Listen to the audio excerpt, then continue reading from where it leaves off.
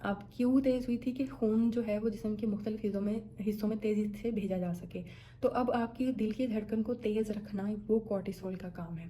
آپ کی بھوک کو کم رکھنا کورٹیسول کا کام ہے. اور توانائی جو ہے وہ ملتی رہے، آکسیجن زیادہ اندر جاتی رہے، سانس پھولی رہے، یہ کام بھی کورٹیسول کرے گا. تو یہ دونوں مل کے یہ کام کرتے ہیں تاکہ جو ہے ہم اس سچویشن سے خود کو یا تو وہاں سے فرار کرا سکیں یا پھر اس سچویشن یا صورتحال سے لڑ سکیں. ٹھیک ہے، تو یہ دونوں سٹریس ہارمون جو کہ سمپتھیٹک نروس سسٹم کی وجہ سے ریلیز ہوتے ہیں، یہ اپنا کام کریں گے، اس سچویشن سے جو ہے لڑائی کریں گے یا فرار ہوں گے. اب کام جو ہے ہمارا مکمل ہو گیا، ہم نے اس تبدیلی یا اس صورتحال سے نمٹ لیا ہے.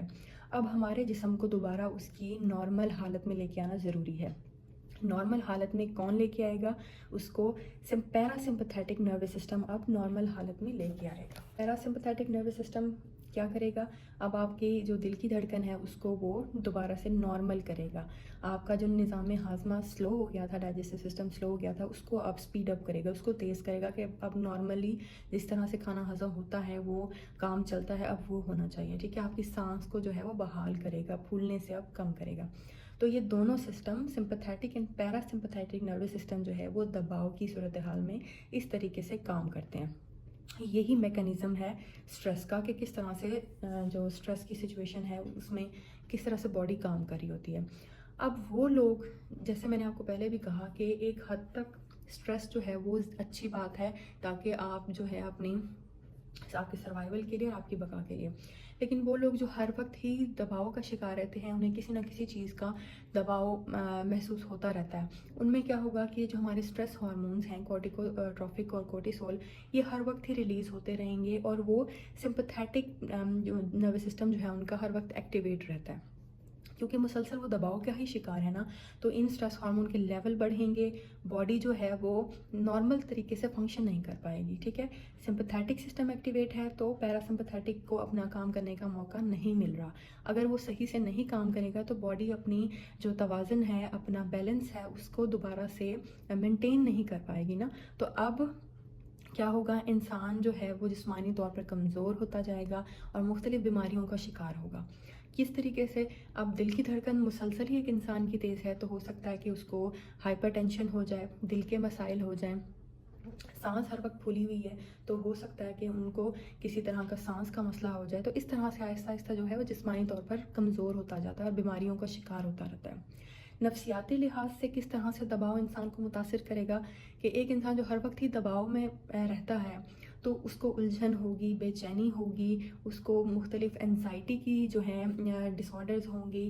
ہو سکتا ہے اس کو جنرلائز انزائٹی ہو جائے، کوئی اسپیسیفک قسم کا جو فوبیا ڈیولپ ہو جائے، یا ویسے بھی ڈپریشن ہو جائے.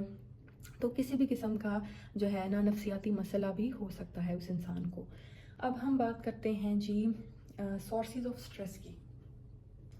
سورسز آف سٹریس پہ بہت سی تحقیقات کی گئیں جن میں ہومز اینڈ راہی کا نام اس بک میں منشن کیا گیا ہے.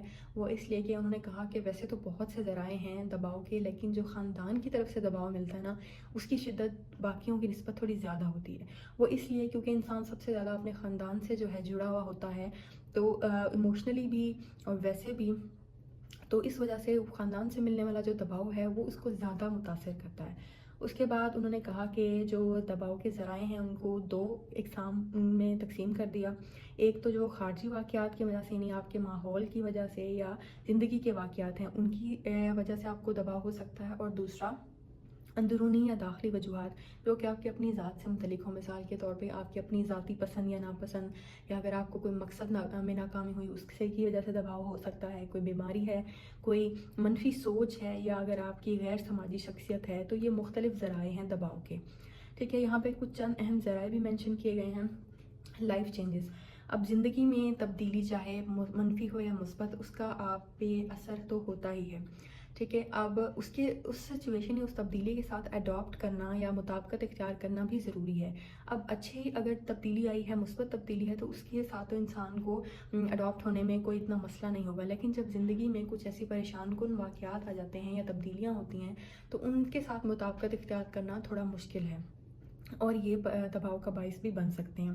اس کے علاوہ جی روزمرہ کے معاملات یا رکاوٹیں، کچھ لڑائی جھگڑے ہیں تو یہ بھی دباؤ کا باعث بن سکتے ہیں۔ یا مثال کے طور پہ ایک خاوند جو ہے، اب اس کا بیوی اور ماں کے درمیان اگر جھگڑا ہے گھر کا نظام چلانے میں، تو وہ اس خاوند کے لیے بہت ہی بڑا سٹریسفل ہے کہ اس کو سمجھ نہیں آ رہا کہ اب ماں کو خوش کرنا ہے یا بیوی کو، تو یہ کانفلکٹ جو ہے وہ اس کے لیے دباؤ کا باعث بن سکتا ہے۔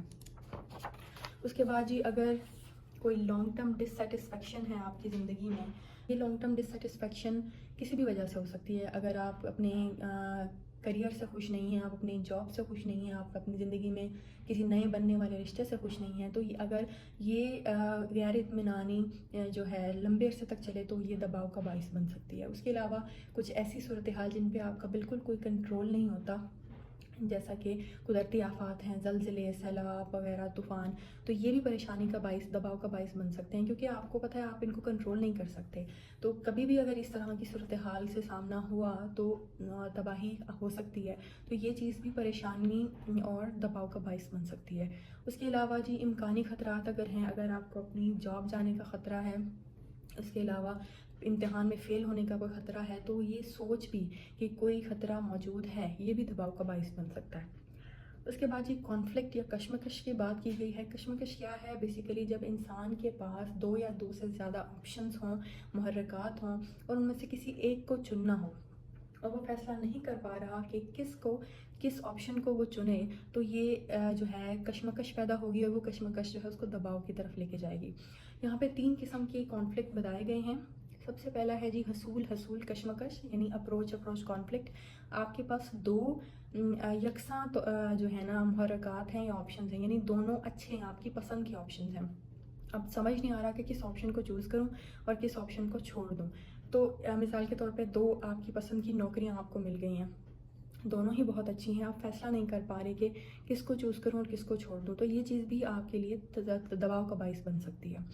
اس کے بعد جی اپروچ اوائڈنس کانفلکٹ ہے، یعنی ایک ایسا مقصد ہے جس کے کچھ فائدے بھی ہیں اور کچھ نقصانات بھی۔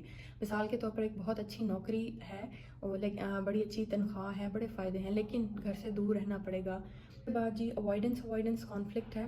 اوائڈنس کانفلکٹ یعنی دونوں آپشنز جو ہیں وہ آپ کو پسند نہیں ہیں، اب لیکن کسی ایک آپشن کو تو اختیار کرنا ہی ہے۔ مثال کے طور پہ طالب علم کو محنت بھی نہیں کرنی، لیکن جو ہے اس کو فیل بھی نہیں ہونا، ٹھیک ہے، دونوں اس کی ناپسندیدہ چیزیں ہیں۔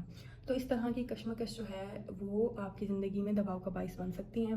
اس کے بعد جی کہا گیا ہے کہ ہر انسان ایک دوسرے انسان سے مختلف ہے، اور ہر انسان جو ہے دباؤ کو مختلف طریقے سے ایکسپیرینس کرتا ہے۔ کچھ لوگ بڑی جلدی دباؤ کا شکار ہو جاتے ہیں، کچھ لوگ جو ہے ان کو بڑا ٹائم لگتا ہے، وہ چھوٹی چھوٹی چیزوں پہ اتنا زیادہ سٹریس نہیں لیتے۔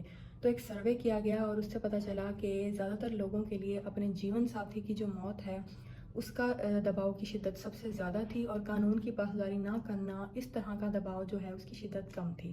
تو یہ لسٹ جو ہے میں اسکرین پہ مینشن کر دوں گی کہ کون کون سے سورسز ہیں یا فیکٹرز ہیں اور ان کی کتنی شدت ہے دباؤ کی۔ سو آئی ہوپ کہ آج کی ویڈیو آپ کو اچھی لگی ہو، سب کچھ بہت کلیئر ہوگا۔ I will see you soon in the next video, till then take care.